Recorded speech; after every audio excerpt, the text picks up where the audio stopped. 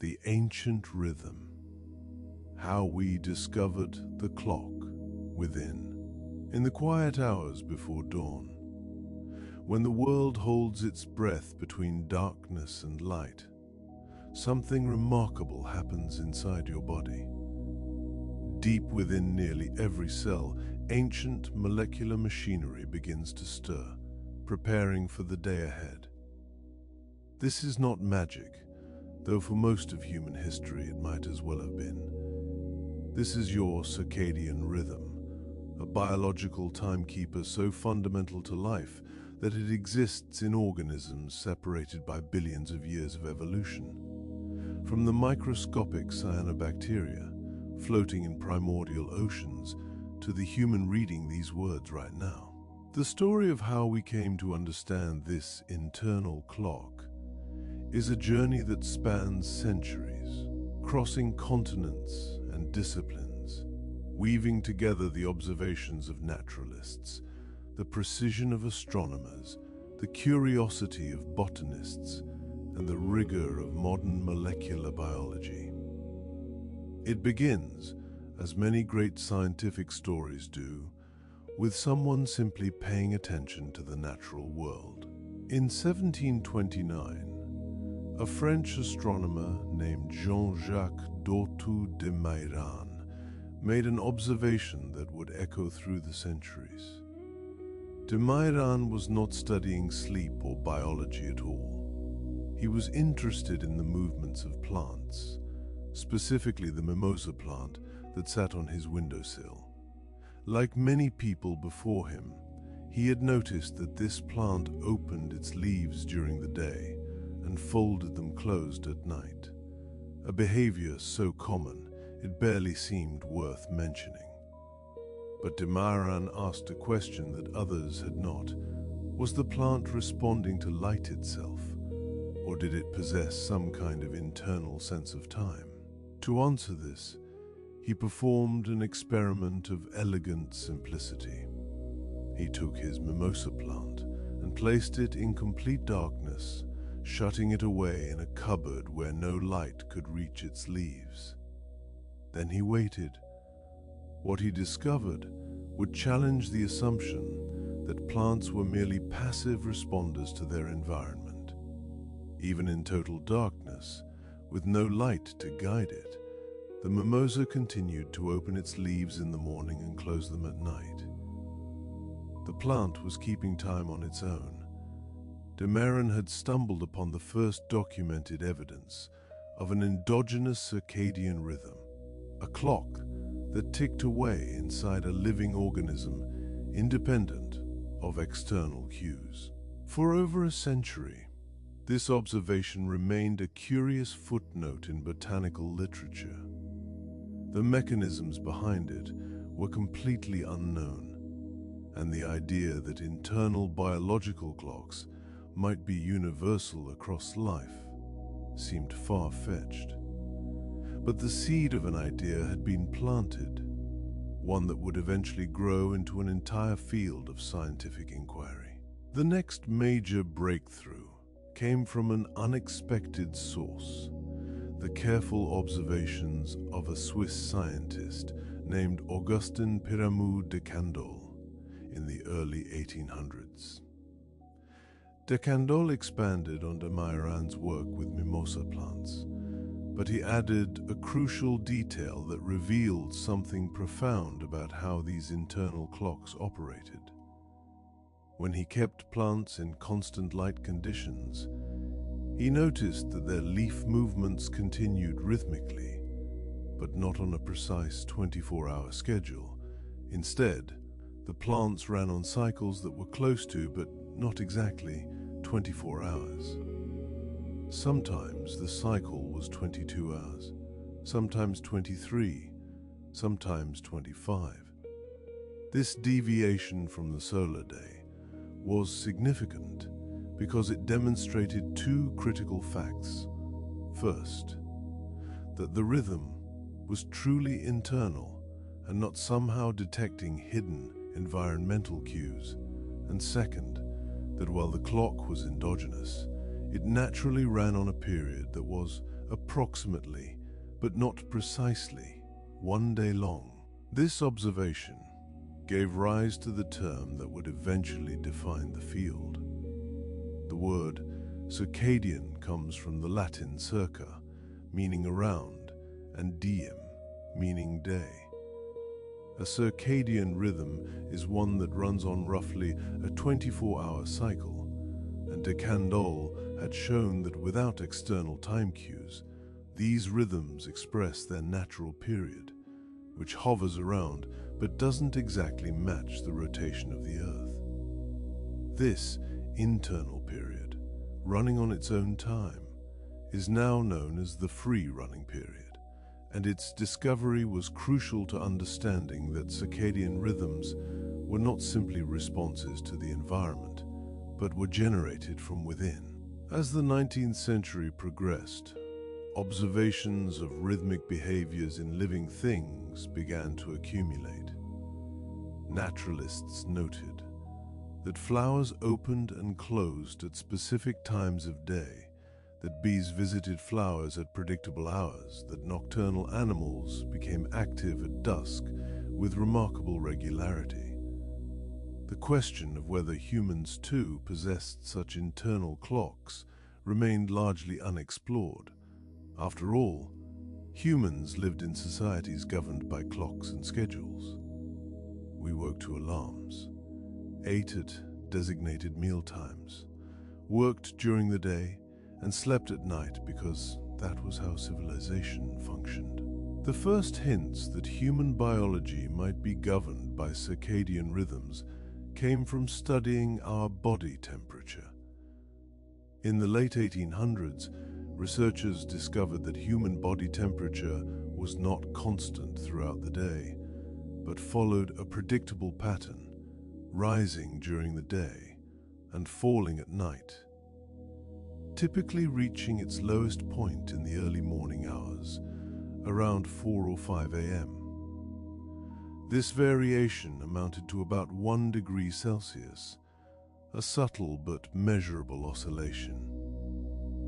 What made this discovery particularly interesting was that the temperature rhythm persisted even when people stayed in bed all day or remained awake all night.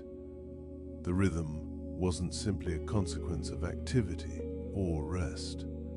Something deeper was at work, suggesting that human physiology itself was organized around a daily cycle. But the true revolution in understanding circadian rhythms would require moving beyond observation and into experimentation, and that required isolating organisms from all the external cues that might influence their behavior. In the mid-20th century, researchers began conducting what are known as isolation studies, placing organisms in environments where they were completely cut off from the natural rhythms of the outside world. One of the pioneers of this approach was Jürgen Aschoff, a German physician and physiologist who would become one of the founding figures of modern chronobiology. In the 1960s, Aschoff built an underground bunker specifically designed for studying human circadian rhythms. This bunker, located in Andechs, Germany, was sealed off from all external time cues. There were no windows, no clocks, no way to know whether it was day or night in the world above. Volunteers would enter this bunker and live there for weeks at a time, going about their lives as they chose, sleeping when tired, eating when hungry. What Aschoff discovered was remarkable. Humans possessed an internal circadian clock that ran on a free-running period of approximately, but not exactly 24 hours. Most people in isolation settled into cycles that were closer to 25 hours.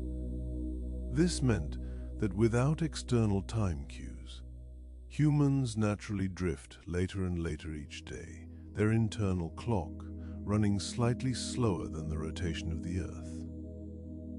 This explained why it often feels easier to stay up late than to go to bed early, and why adjusting to an earlier schedule can feel so difficult. These isolation experiments revealed something else crucial. Circadian rhythms could be reset by external cues. When volunteers emerged from the bunker and returned to normal life, their rhythms quickly synchronized back to the 24-hour day.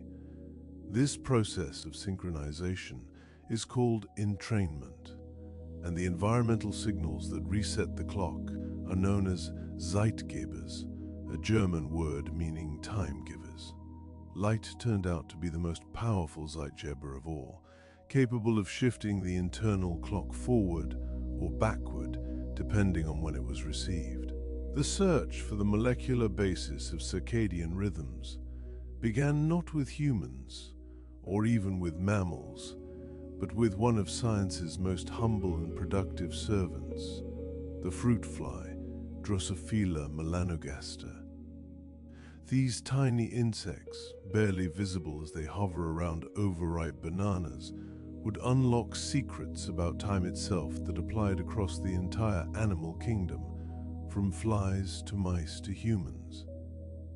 The story of this discovery is a testament to the patience required in science, spanning decades of painstaking work that gradually illuminated how a cell could keep time without any mechanical parts, using nothing but the elegant dance of genes turning on and off in precise sequence. In the early 1970s, two researchers named Ronald Konopka and Seymour Benzer at the California Institute of Technology were conducting what seemed like a straightforward experiment.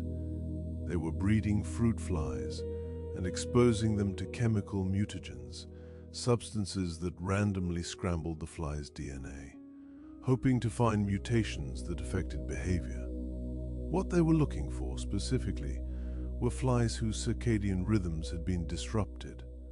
Normal fruit flies maintain rhythmic behaviors even in constant darkness, emerging from their pupal cases at specific times and showing activity patterns that persist without any external time cues. Konopka and Benzer wanted to find the flies whose internal clocks had been broken by mutation, reasoning that identifying the broken genes would reveal which genes were responsible for timekeeping. After screening thousands of mutant fly lines, they found three that were extraordinary. One line had flies whose circadian period was shorter than normal, running on a 19-hour cycle instead of 24. Another line had flies with longer periods, running on 28-hour cycles. But the third line was the most dramatic. These flies had no circadian rhythm at all. In constant darkness, they were active randomly throughout the day and night, their behavior completely arrhythmic. What made this discovery revolutionary was that all three mutations turned out to be in the same gene, located on the X chromosome. Different mutations in this single gene could speed up the clock, slow it down, or stop it entirely. Konopka and Benzer had found a clock gene, and they named it period. For years after this discovery, the period gene remained a mystery at the molecular level.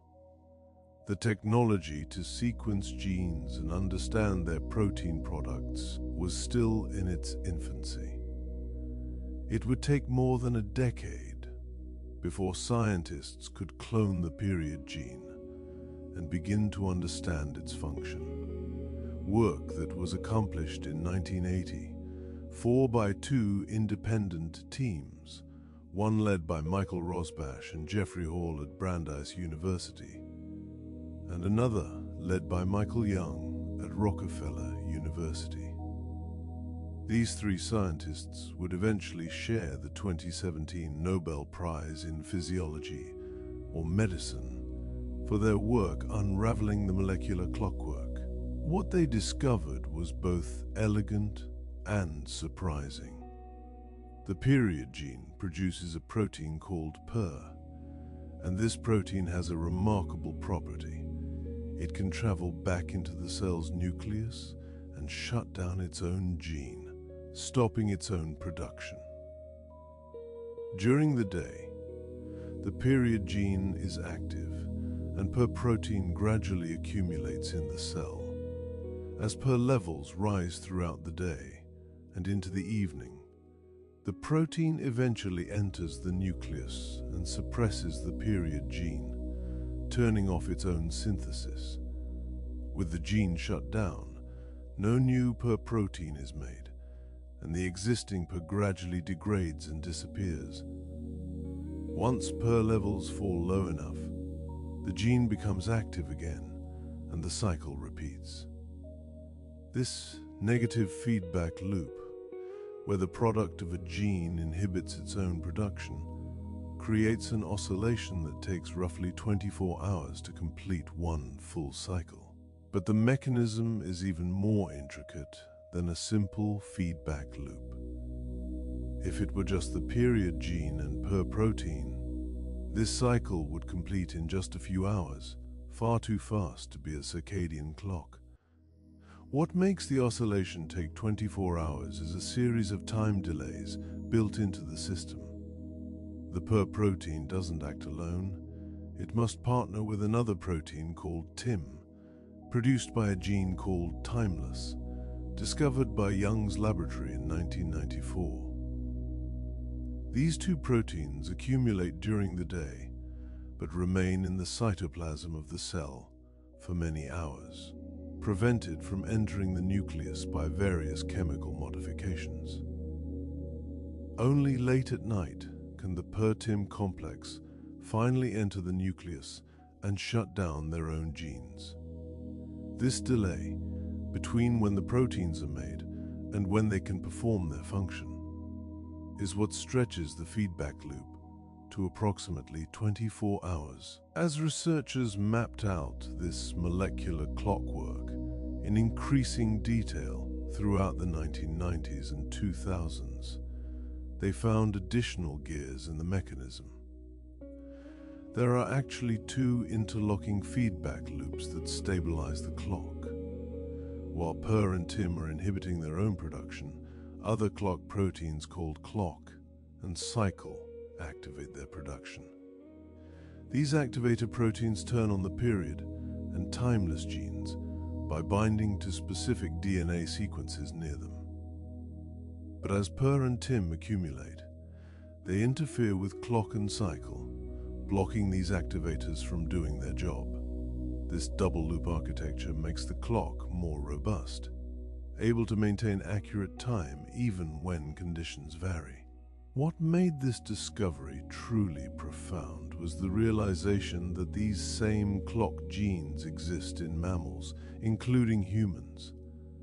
The period gene has 3 versions in mammals: PER1, PER2, and PER3. In mammals, a protein called cryptochrome, or cry, largely replaces the timeless function. The activated proteins clock and BML1 serve the same role in mammals as they do in flies. The fundamental mechanism of the circadian clock, these interlocking transcriptional feedback loops, is conserved across hundreds of millions of years of evolution. The clock ticking in your cells right now operates on the same basic principles as the clock in a fruit fly, using variations of the same genes that Konopka and Benzer first identified in 1971. This molecular clockwork runs in virtually every cell in your body. In the suprachiasmatic nucleus, the master clock discovered in the early 1970s, thousands of neurons each contain this molecular machinery, and these neurons are coupled together so that they oscillate in synchrony. But those other tissues throughout your body, your liver, your heart, your kidneys, your muscles, all contain the same clock genes running the same feedback loops, creating their own local rhythms. One of the most dramatic demonstrations of these peripheral clocks came from an experiment conducted in the early 2000s. Researchers took a piece of liver tissue from a mouse and placed it in a culture dish, completely isolated from the animal's body and brain. They had genetically engineered the mouse so that its clock genes would glow whenever they were active. Even sitting in a dish, separated from all signals from the brain, the liver tissue continued to show circadian oscillations in clock gene activity for days. The glow would brighten and dim on a roughly 24-hour cycle. The liver had its own clock and didn't need the brain to keep time. This discovery explained something that had puzzled scientists for decades: why so many physiological processes show circadian variation even in tissues far from the brain. Your liver metabolism follows a circadian rhythm, processing nutrients more efficiently at certain times of day. Your immune system's activity waxes and wanes across the day, with inflammation typically peaking in the early morning hours. These aren't simply responses to signals from the brain. They are locally generated rhythms produced by clock genes in those tissues themselves. The molecular clock doesn't just oscillate on its own, it controls the expression of thousands of other genes throughout the body. Studies have shown that between 10 and 20% of all genes in any given tissue show circadian variation in their expression. This means that your body is fundamentally different at different times of day, not just in terms of how you feel, but in terms of what your cells are actually capable of doing. The discovery of melanopsin in 2002 explained another mystery. Scientists found specialized photoreceptors in the retina called intrinsically photosensitive retinal ganglion cells, which contain this photopigment. These cells send signals directly to the SCN, and these signals can reset the molecular clock by rapidly inducing the expression of clock genes. Some people who are completely blind, with no conscious perception of light whatsoever, still have functioning circadian rhythms that entrain to the light-dark cycle. The answer was that these individuals retained intact melanopsin-containing cells in their retinas, even though the cells responsible for vision were damaged. The circadian system has its own dedicated photoreceptors, separate from the ones used for sight. This is why blue light, which strongly activates melanopsin, is particularly effective at suppressing melatonin and shifting circadian phase, a fact that has major implications for our use of electronic devices at night. The elegant molecular machinery that evolved over billions of years now faces challenges it was never designed to handle. For most of human history, our ancestors lived in synchrony with the natural light-dark cycle. They woke with the sun, worked during daylight hours, and slept when darkness fell. Fire extended the day somewhat, but its warm, dim glow was nothing like the electric lights that now flood our homes and cities. The invention of artificial light in the late 19th century severed the ancient bond between human activity and the solar day, and we are still grappling with the consequences. Our modern world operates 24 hours a day. Factories run continuous shifts, hospitals never close, airlines fly through the night, and the internet never sleeps. This constant activity requires millions of people to work when their circadian clocks are telling them to rest. Shift workers, particularly those on rotating schedules, experience chronic circadian disruption as their work hours force them to be awake when their molecular clocks are programmed for sleep. Studies have shown that long-term shift work increases the risk of numerous health problems, including cardiovascular disease, metabolic disorders like diabetes, and even certain cancers. The International Agency for Research on Cancer has classified night shift work as a probable carcinogen, based largely on evidence that disrupting circadian rhythms interferes with the body's ability to repair DNA damage and regulate cell division. Even those who work regular daytime hours face circadian challenges. The ubiquity of screens, smartphones, tablets, computers, televisions, means that many people expose themselves to bright, blue-enriched light well into the evening. This light activates melanopsin receptors in the retina and sends signals to the SCN that it's still daytime, suppressing the evening rise in melatonin that normally promotes sleepiness. The result is a delayed sleep phase, where people feel alert late into the night, but struggle to wake early for work or school. This pattern, sometimes called social jet lag, creates a chronic mismatch between biological time and social time, particularly pronounced on weekends, when people sleep in to recover from their weekday sleep debt. The phenomenon of jet lag itself demonstrates how inflexible our internal clocks can be. When you fly across multiple time zones, your molecular clocks remain synchronized to your departure time zone, even as the external light-dark cycle has shifted. The SCN begins to adjust, shifting by roughly 1 hour per day, but peripheral clocks throughout the body may adjust at different rates. Your liver might still be operating on home time, while your brain has partially adjusted to the new time zone, creating internal desynchrony. This is why jet lag involves not just sleepiness, but digestive problems, mood changes, and cognitive difficulties. Different systems are operating on different time zones. Yet understanding the circadian system also offers solutions.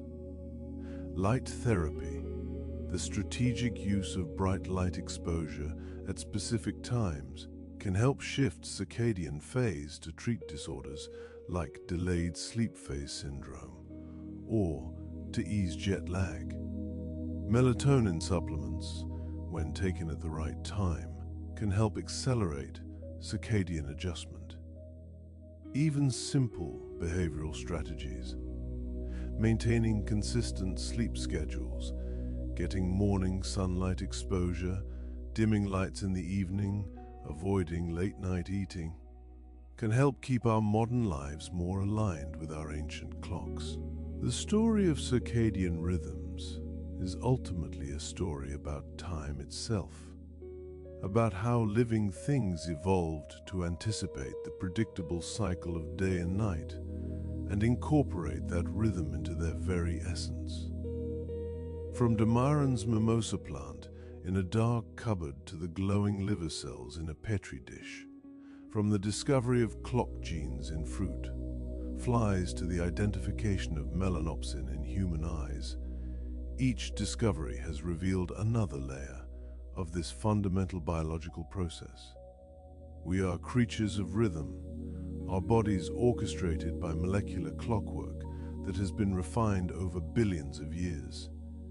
In understanding these rhythms, we gain not just scientific knowledge but practical wisdom about how to live in greater harmony with the clock that ticks within us all, a clock that connects us to the rotation of the earth and to every living thing that has ever adapted to the ancient cycle of light and dark.